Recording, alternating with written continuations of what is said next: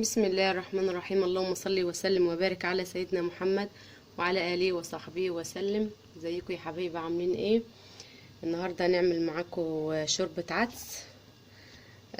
معايا ربع كيلو عدس اهو، غسلته نقيته كويس وغسلته كويس. ومتحطش ايدك طبعا وانت بتغسليه، ما تحطش ايدك فيه. انا كانت امي كده وانا بنت، قبل ما اتجوز كانت دايما تقولي تحطش ايدك فيه علشان يستوي بسرعه. فطبعا تغسليه مره واتنين وتلاته لحد ما الميه تكون صافيه من عليه كويسه كده. وبعد كده ايه، تصفيه من الميه ومعايا هنا جزره وقرن فلفل وحبيتين كده طماطم واربع فصوص توم اهو. هنحطهم عليهم كده وننزل عليهم بالميه ونحطهم بقى ايه يستووا مع بعض كده. وخليكم معايا بقى هنشوف هنعمل ايه. اهو يا بنات، حطيته على النار اهو يستوي، وهسيبه بقى يستوي كده. اللي هناك ده عامله شاي للفراخ عندي. لقيتها كده عندها اسهال، فعملت لها شاي بليمون وهسيبه كده يبرد. وبعد كده ايه، خليكم معايا وهطلع احط لهم. انا كده معطشاهم من امبارح ومش راضيه احط لهم ميه، علشان بس ايه يكونوا ايه، مقبلين كده على الميه ويشربوا الميه كلها وكده ايه.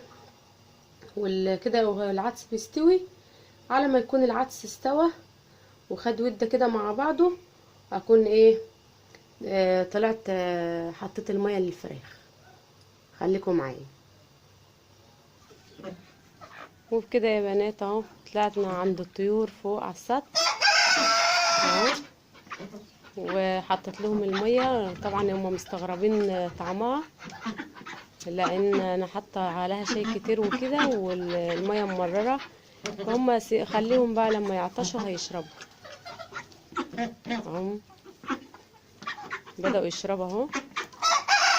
شوف الفرخه الكمشنه دي اللي هي واقفه على الميه دي كانت خلاص بتموت. قعدت جبت لها علاج من الصيدليه البيطريه وبالسرنجه كده، وبدات ايه احط لها في بقها. هما كده تروح عند الميه تاخد بقه وترجع اهو.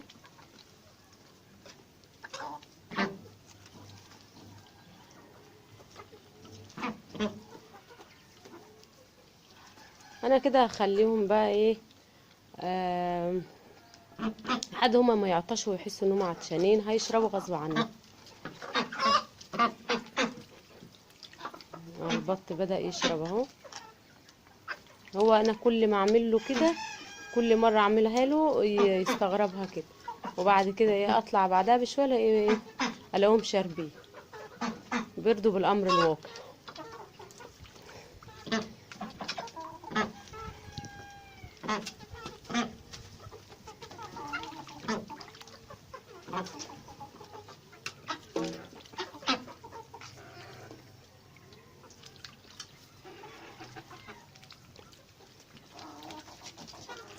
اهو كده خلاص. انا حطيت لهم الميه اهو. انا اول ما حطيتها اصلا يعني بدأوا يشربوا، وبعد كده زي ما يكونوا استطعموها راحوا سايبينها وماشيين. بس عشان انا حطيت لهم اكل فسابوا الميه وراحوا عند الاكل.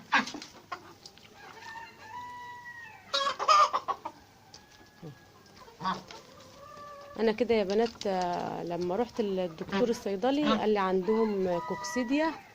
الكوكسيديا دي بتخليهم يعملوا الحمام احمر كده، تحس ان هو في دم. الدكتور قال لي من الرطوبة وكده، وتحتهم رطوبة وبرد وكده. فانا عملت لهم المكان اهو، نظفت لهم اللي هما بيباتوا فيه اهو، وفرشته قش كده اهو.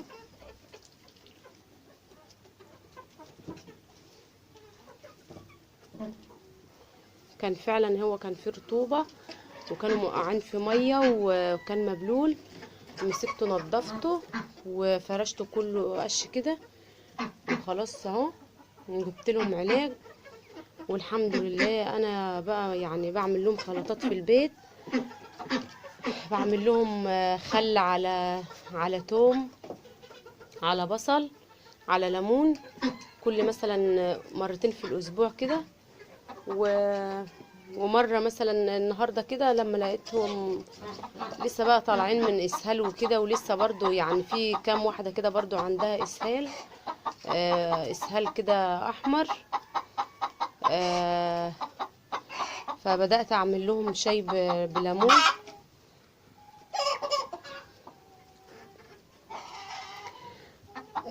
دي تاني مرة. أول امبارح عملت لهم والنهاردة بعمل لهم اهو، والحمد لله فيهم اللي اتحسن. كان فيهم كام واحدة كده، فيهم كام واحدة ماتت وكام واحدة كانت كمشانة خالص. لقيتهم والريش منفوش، فطبعا انا زعلت وكده ورحت جبت لهم علاج واديتهم. واللي كانت واللي كانت كمشانة ونايمة بدأت اديها. في واحدة هناك اهي، على فكرة انا مش شايفاها، انا لسه بدأ اشوفها اهو اهي. شوف عاملة ازاي اهي. انا كده هحطها عند المية عشان تشرب. مش عاملة ازاي صراحة، يعني والله العظيم الحاجة بتصعب برضو. وانا زعلانة جدا على الفراخ اللي ماتت دي اهي. وانا هجيب كده سرنجة وهبدأ ايه، اعمل لها، احط لها كده من الشاي ابو ليمون ده واحط افتح لها بقها واحط لها فيه اهي يا بنات. انا جبت السرنجة اهو وافتح بقها كده لانها هي شكلها كده بتودع اصلا، فاحنا نعمل اللي علينا والباقي على ربنا اهو.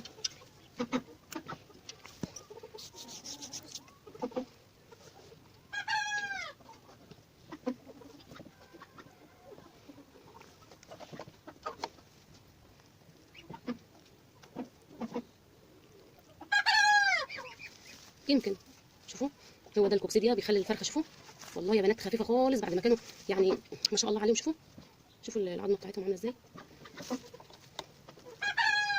نعمل لهم تاني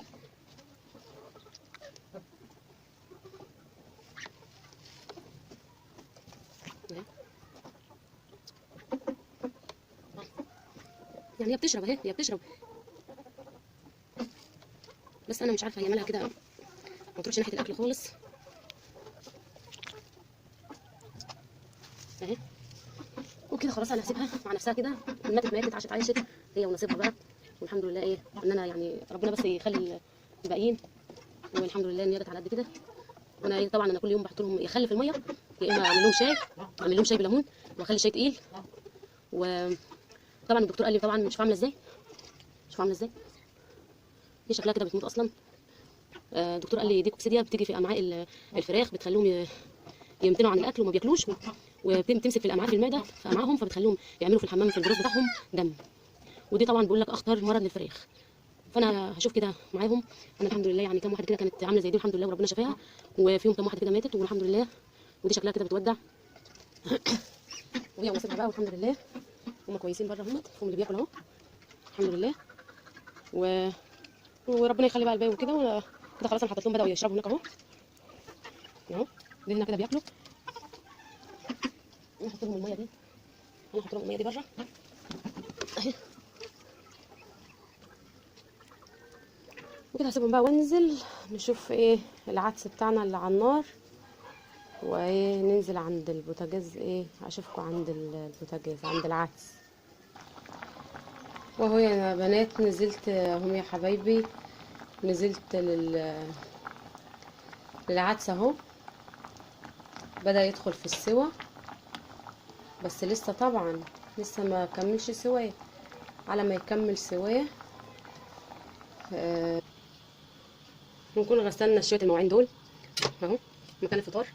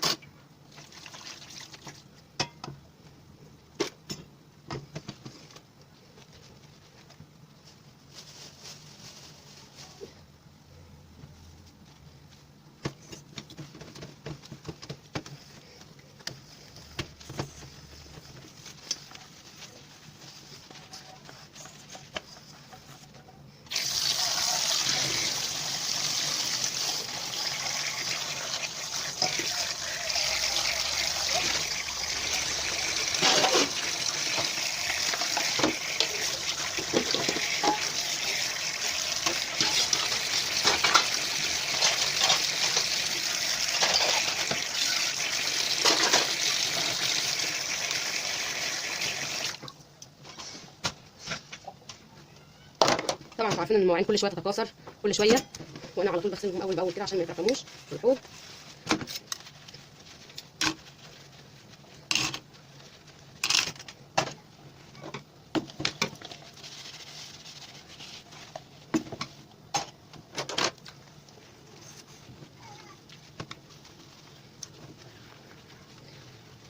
طبعا يا بنات كل ما انتوا واقفين كده لوحدكم استغفروا الله كده وصلوا على النبي عليه افضل الصلاه والسلام، صلوا عليه كتير واستغفروا كتير، لان الاستغفار يعني فيه بركه والله وفيه سحر، وربنا يبارك لك في اولادك وفي مالك وفي صحتك.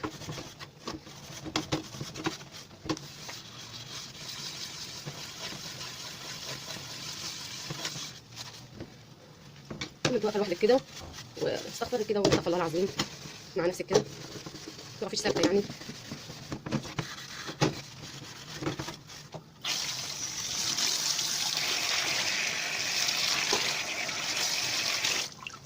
انا ما عنديش حلل سيراميك ولا جرانيت يا بنات، بس انا عندي شوفوا القلميه بخليها ايه بتبرق.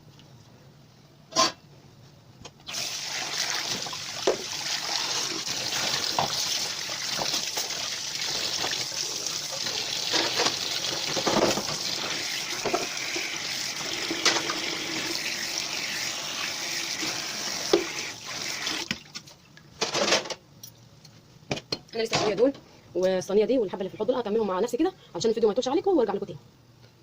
كده خلاص يا بنات انا خلصت الحوض اهو. مش تركزوا معايا يا بنات، عماله اقول انا ناسيه ايه ناسيه ايه ناسيه ايه على العدس، طلعت ناسيه البصل، طلعت ناسيه البصل اهم حاجه للعدس. حطيت طماطم وفلفل وجزر وثوم وعماله اقول يا ربي انا ناسيه ايه ناسيه ايه، طلعت ناسيه البصل.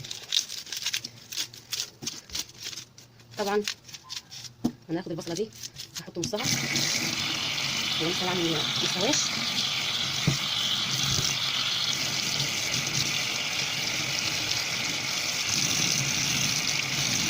نفتحها بقى ايه يعني عشان تلحق تستوي.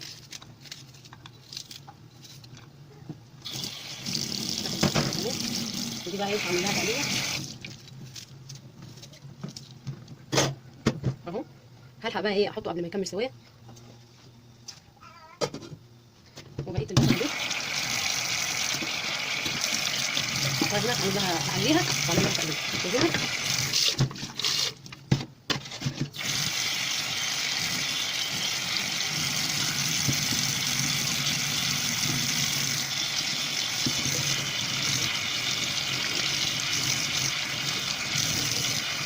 ثلاث حبات دول يا بنات اهو مع القرن الفلفل ده الاحمر ده اهو.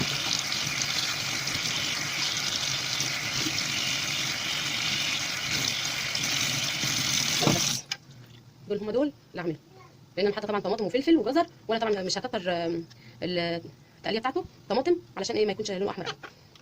اخلطها وارجع لكم. وبكده يا بنات كده هعمل التقليه بتاعه العدس. هنزل كده بشويه زيت صغيرين اهو،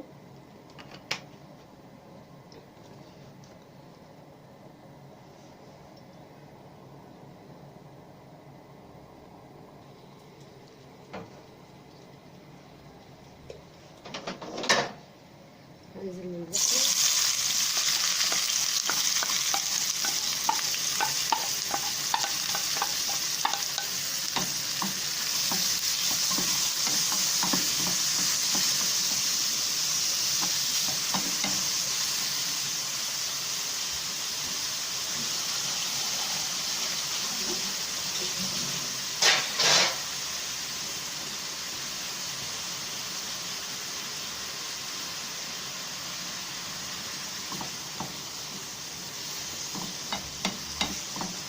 هفضل بقى ايه احمر بقى كده لحد ما ايه تاخد اللون الذهبي.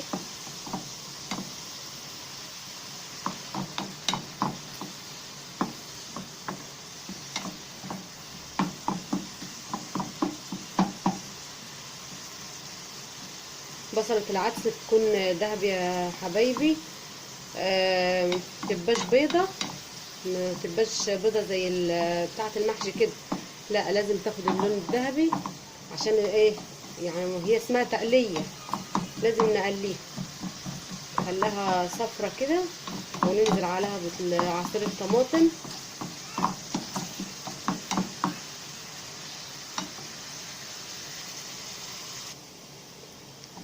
كده يا بنات البصلة اصفرت اهي، دخلت في اللون الذهبي.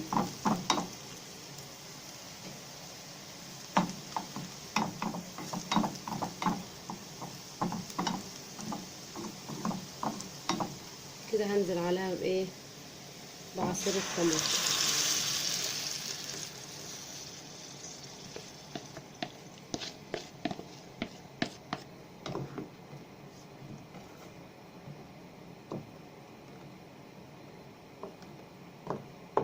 هسيبها كده تتسبك لما تنشف خالص على ما يكون العدس استوى، هو زمانه دلوقتي استوى اهو. هسيبها لحد ما تتسبك خالص وبعد كده ايه ارجع لكم وانا بخلط العدس. كده يا حبايبي العدس استوى اهو، خلاص كده استوى اهو، بان عليه اهو. تعرف ازاي؟ خلاص الطماطم خلاص اهي، خلاص واللي بتاع الجزر اهو اهو استوى خالص اهو. كده كده هطفي عليه وهسيبه يبرد، وبعد كده هخلطه في الخلاط، ما تحطوش في الخلاط وهو سخن علشان ما يبوظش الخلاط. تمام. وكده التسبيكه اهي قربت تنشف خالص، هسيبها لحد ما تنشف خالص، وبعد كده ايه بعد ما اصفي العدس هوريكم هعمل فيه ايه.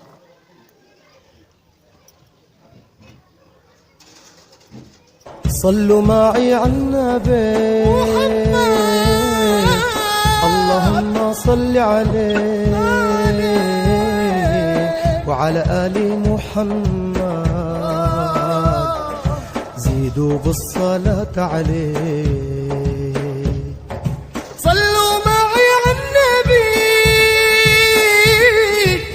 اللهم صل عليه وعلى آل محمد زيدوا بالصلاة عليه.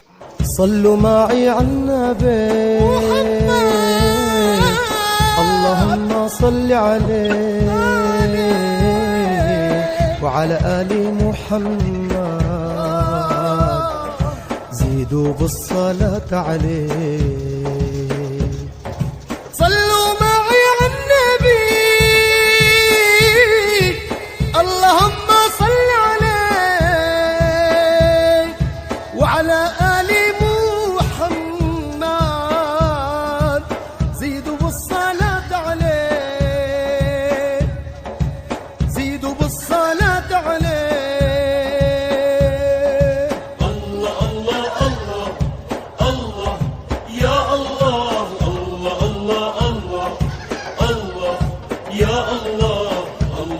الله الله يا الله الله الله يا الله محمد يا حياتي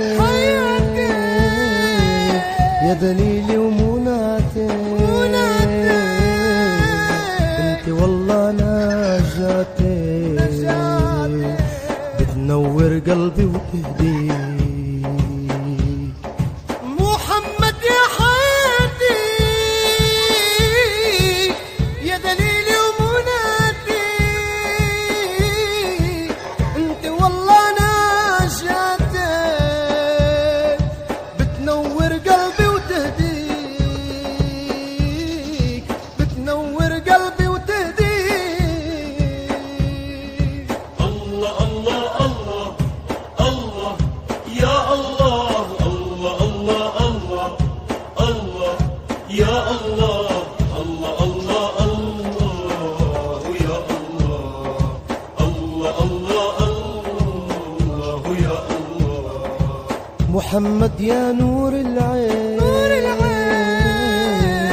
يا إمام العالمين أنا صحبه أجمعين والله بالروح منفديك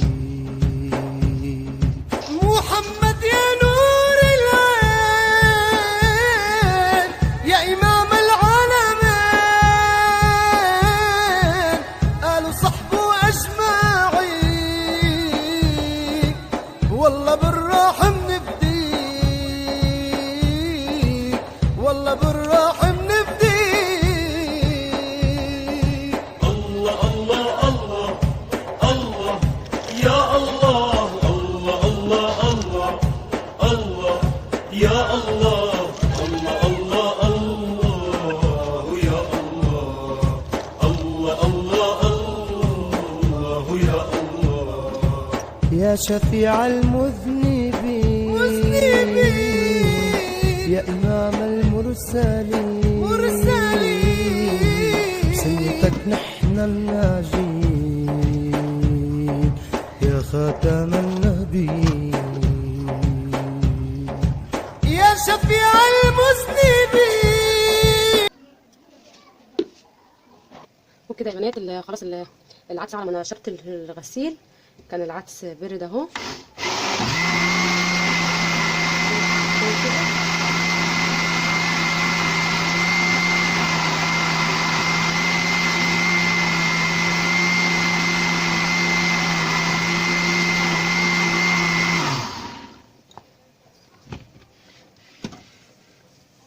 خلاص اهو ما كانش برد قوي يعني اهو.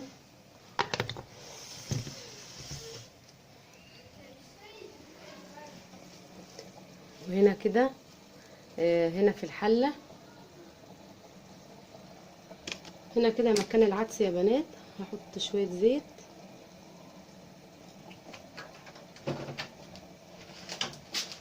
وانزل بشوية لسان عصفور. انا بعمله على طول بلسان العصفور، بحب بلسان العصفور.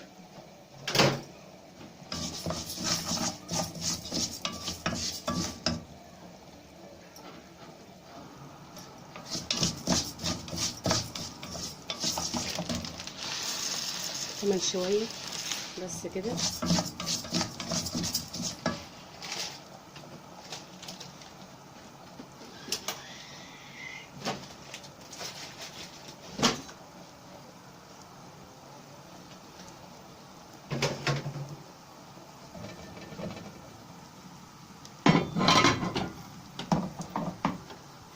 وكده خلاص التسبيكه التقليه بتاعته اهو اهي نشفت اهي.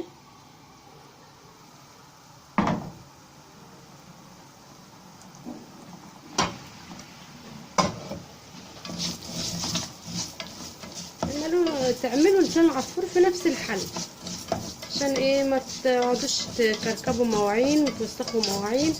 اصل كده كده يعني هو كده كده هنزل العدس على لسان عصفور في نفس الحل، وبكده ما كنش هدرت مواعين كتير ولا حاجه.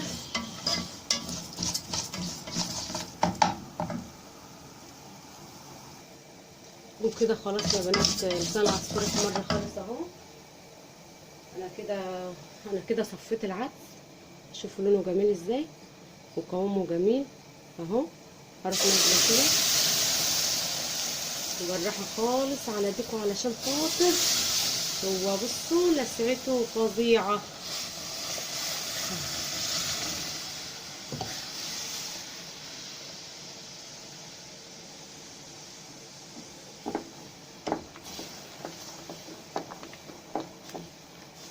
تقلبه كويس كده.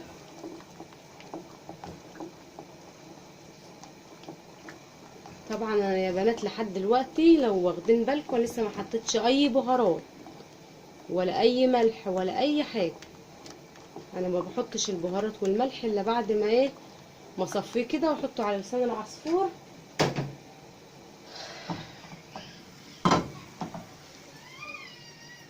وكده ايه تسبيكه اهي.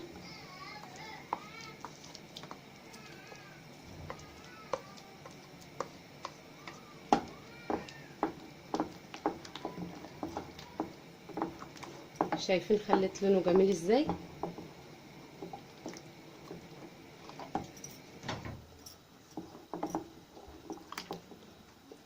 انا مبقيه دول، خليكم معايا وهتعرفوا انا هعمل فيهم ايه.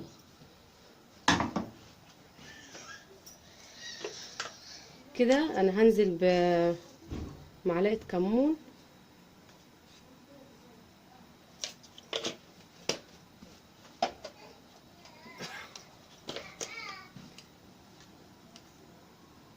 واحده كده فلفل اسمر، مكترش فلفل اسمر عشان ما يغمقوش.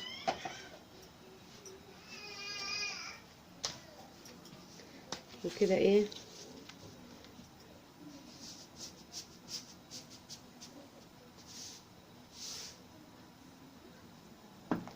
كده ملح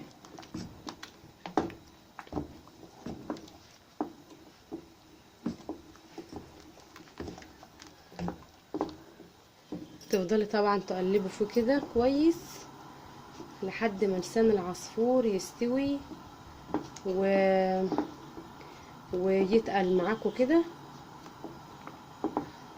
خليكم تابعوني لاخر الفيديو وشوفوا انا هعمل ايه.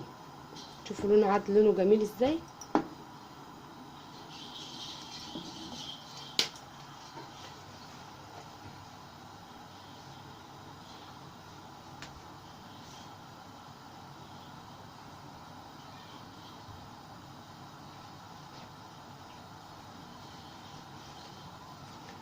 شوفوا ده يا بنات، شايفين ذرة بسيطة جدا بتخلي ريحته وهم اهي. شايفين اهي.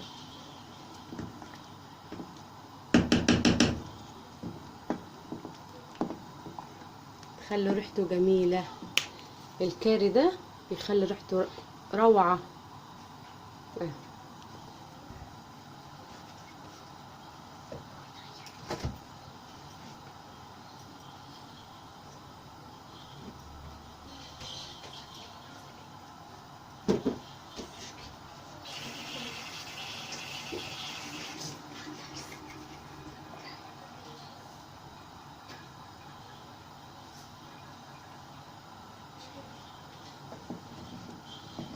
تفضلوا كده تقلبوا فيها بنات اهو.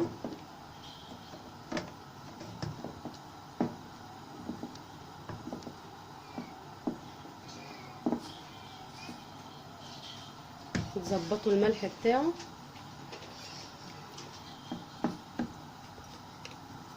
عندي هنا مرقه نحط ايه شويه صغيرين كده، رشه بسيطه كده.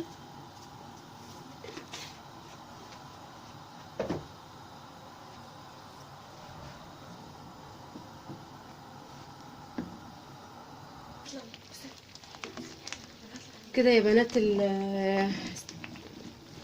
خلاص العدس تقل معايا اهو ولسان العصفور بدأ يستوي. هنزل عليه ايه بقطعة الزبدة دي. انا بحب اعمله كده يا بنات وهو ده طريقتي في العدس. ولو حابينها تمام، مش حابينها يعني كل واحد وله طريقة، بس هي دي طريقتي ويا رب تعجبكم ان شاء الله تعجبكم. ريحته تحفة والله. بنتي جايه من الدرس دلوقتي بتقول لي يا ماما انا شامه ريحه العدس من وانا في اخر الشارع، وريحته قلب الشارع بره يعني، وريحته جميله والله، وطعمه وريحته ولونه جميل ويفتح النفس كده على الاكل. وخليكم معايا لسه اهو. الزبده هتسيح فيه وخلاص. الزبده بقى مدياله ريحه تحفه اهو. واللسان العصفور بدأ يستوي اهو اهو.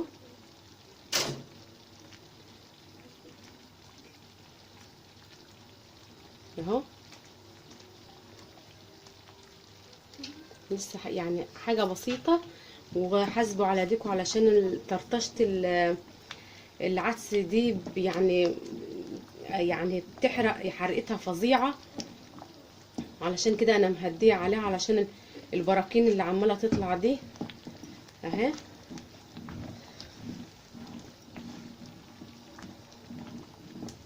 شوية كده اغطي عليه بس كده عشان ايه ما يبهدلش ليا الدنيا، وارجع معاكم وانا بغرفه. وبكده يا بنات خلاص العدس استوى اهو. شايفين لف وعد جميل ازاي اهو. ولسان العصفور استوى فيه وتحفة والله يا بنات. ريحته تحفة تحفة تحفة اهو. شايفين ما تخلوش يكبس معاكم قوي علشان هو كده كده اصلا لما بيبرد بيمسك في الطبق اهو.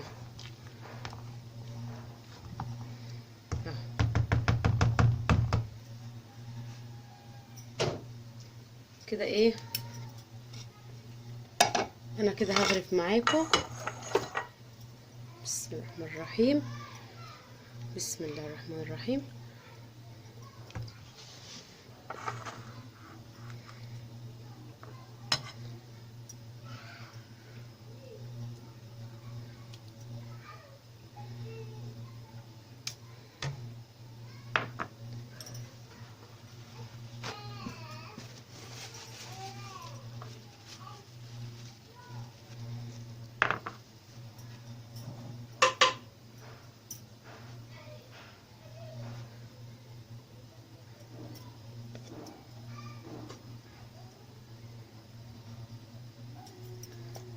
عرفتوا يا بنات التسبيكه اللي انا سايباها؟ كنت سايباها ليه؟ عشان بس ايه احطها بس كده على الوش، هزوقه كده بطريقه عشوائيه كده